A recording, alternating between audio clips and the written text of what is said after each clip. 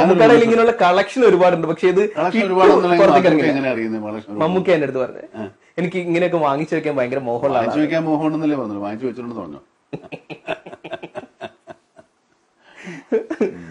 Personally അങ്ങനെ സ്ക്രീനിൽ കാണുമ്പോൾ ഒരു സിനിമയ്ക്ക് വേണ്ടി അങ്ങനെ ഒരു അത് ഈ കഥാപാത്രത്തിന് അങ്ങനെ ഒരു ഷോ ഉണ്ടാക്കാൻ വേണ്ടി അയാൾ ഷട്ടമുണ്ട് ഇട്ടിരുന്നാലും കഥയ്ക്കൊക്കെയാണ്.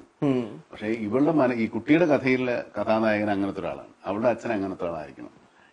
എല്ലാ പെൺകുട്ടികളും പ്രത്യേകിച്ച് അവളുടെ സങ്കല്പത്തില് ഏറ്റവും ശക്തനും സൂപ്പർ ഹീറോ അവളുടെ അച്ഛനാണ്. എപ്പോഴും അതെ, അച്ഛന്മാരായിരിക്കും. ആൺകുട്ടികൾക്കും അല്ലേ, അതെ ഇല്ലെന്നല്ല, പക്ഷെ പ്രത്യേകിച്ച് പെൺകുട്ടികൾ ഒരു സംരക്ഷകനും രക്ഷകനുമായിട്ടുള്ള ഒരു വലിയ ഫീൽ ഉണ്ടാവും അവൾക്ക്. അവൾ വലുതാകുന്നവരെ അവളുടെ അച്ഛൻ, പിന്നെ സഹോദരൻ, അവളുടെ കാമുകനോ ഭർത്താവോ അങ്ങനെയായിരിക്കും സ്ത്രീകൾക്ക് ഒരു രക്ഷകനായിട്ട് എപ്പോഴും ഉണ്ടാകുന്നത്. അവർ രക്ഷിക്കുന്നതാണ്. പക്ഷെ നമ്മുടെ കാലഘട്ടത്തിൽ അത് വളരെ തിരിഞ്ഞാ പോകുന്നതേ ഉള്ളൂ. മകളുടെ സ്കൂൾ ബസ്സിന് മുമ്പിലേക്ക് വീൽ ചെയ്ത് വരുന്ന അച്ഛൻ, സ്വാഭാവികമായിട്ടും അത് കാണുന്ന സമയത്ത് മമ്മൂക്കയുടെ ഒരു ഗ്ലാമർ അതിഭീകരമായിട്ട്. പക്ഷെ അത് മോളുടെ ആഗ്രഹപ്രകാരം വരുന്നതായിരിക്കും. അച്ഛനിങ്ങനെ വരണം, ഇവര് പിള്ളേരെ സമ്മതിക്കുന്നില്ല, അങ്ങനെയാണ് ഇങ്ങനെയാണെന്നൊക്കെ ഇവള് ബെടായിയാണല്ലോ. അതുകൊണ്ട് അവള് പറഞ്ഞിട്ടുണ്ടാവും, ഇങ്ങനെ അടിച്ചു പൊളിച്ച എന്ത് ജാക്കറ്റില് കുണികളെ വെച്ചില്ല എന്നൊക്കെ ചോദിക്കുന്നുണ്ട്.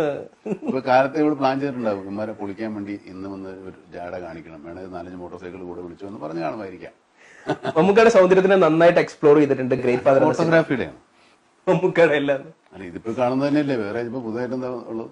എനിക്ക് തോന്നുന്നു മമ്മൂക്കയുടെ സൗന്ദര്യ സംരക്ഷണത്തിനുള്ള പൊടിക്കൈകൾ എന്നൊക്കെ പറഞ്ഞിട്ടൊരു ബുക്ക്ലെറ്റ് ഇറങ്ങി കഴിഞ്ഞാലും കേരളത്തിൽ അത് ഭീകരമായിട്ട് വിറ്റുപോകുന്നു. ഇപ്പൊ എന്ത് തോന്നി? എന്റെ മുമ്പിൽ, നിങ്ങളുടെ മുമ്പിൽ തന്നെയല്ലേ ആയിരിക്കും. പ്രത്യേകിച്ച് പൊടിക്കൈകളൊന്നുമില്ല, എന്തെങ്കിലും ചെയ്തു ഒന്നുമില്ല. ഗ്രേറ്റ് ഫാദർ എന്ന സിനിമയിൽ മമ്മൂക്കയുടെ ലുക്ക് കാണുമ്പോൾ ഏറ്റവും ആദ്യം പറഞ്ഞത് മമ്മൂക്ക കൊല്ലം മാസിൽ വരുന്നു എന്നുള്ള ഫീൽ ആയിരുന്നു. ഈ ലുക്ക് ശരിക്കും മമ്മൂക്ക തന്നെ ഡിസൈഡ് ചെയ്തായിരുന്നു അതോ സംവിധായകൻ തന്നെയായിരുന്നു? ഇത് വേണോ വേണ്ടെന്ന് തീരുമാനിക്കുന്ന ആളാണല്ലോ. നമ്മുടെ കാലത്ത് താടി വളർത്തി ചെന്ന് കഴിഞ്ഞാൽ അപ്പൊ ആ താടി എപ്പോഴാണ് പഠിക്കുന്നതെന്ന് ചോദിച്ചാൽ തീർന്നില്ലേ. അപ്പൊ സംവിധായകൻ കൂടെ തീരുമാനിച്ചിട്ടുണ്ട്, നമ്മളവിടെ ഇങ്ങനെ ഒരു താടി വെച്ച് വന്നപ്പോൾ ഇത് കൊള്ളാം, നമുക്ക് ഈ പടത്തിൽ ഉപയോഗിക്കാം എന്ന് പറഞ്ഞിട്ടുണ്ടെങ്കിൽ സംവിധായകന്റെ തീരുമാനം. അപ്പൊ ഡിസൈഡ് ചെയ്യുന്നത് സംവിധായകൻ. അതായത് മമ്മൂക്ക താടി വെച്ച് ചെന്നു, അപ്പൊ പറഞ്ഞു ഓക്കെ. അതെ, താടി കുറച്ച് നാളായിട്ട് ഇങ്ങനെ വളരുന്നുണ്ട്. താടി അമിത ഒരു വേറെ സിനിമയ്ക്ക്, തമിഴ് സിനിമയുടെ താടി ഉണ്ടായിരുന്നു. അപ്പൊ അതിന്റെ ഷൂട്ടിംഗ് സമയത്ത് അവരുടെ തുടങ്ങുന്ന കാര്യങ്ങളൊക്കെ സംസാരിക്കണം. അപ്പോൾ ഡയറക്ടർ പറഞ്ഞു, താടി നമുക്ക് കിട്ടുമെന്ന് ചോദിച്ചു. താടി ഇപ്പൊ ഇങ്ങനെ വെച്ചോണ്ട് വേണോ അതോ ഇത് എടുത്തു തരണോ?